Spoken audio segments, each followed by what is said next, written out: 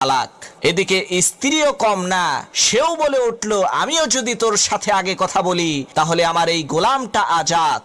এভাবে দীর্ঘদিন অতিবাহিত হয়ে গেল, কেউ কারোর সাথে কথা বলে না। এদিকে সংসার অচল হয়ে পড়ল। তখন সেই লোকটি বড় বড় আলেমদের কাছে গিয়ে বলতে লাগলো, হুজুর আমাকে বাঁচান, আমি যদি আমার স্ত্রীর সাথে আগে কথা বলি তাহলে আমার স্ত্রী তালাক হয়ে যাবে।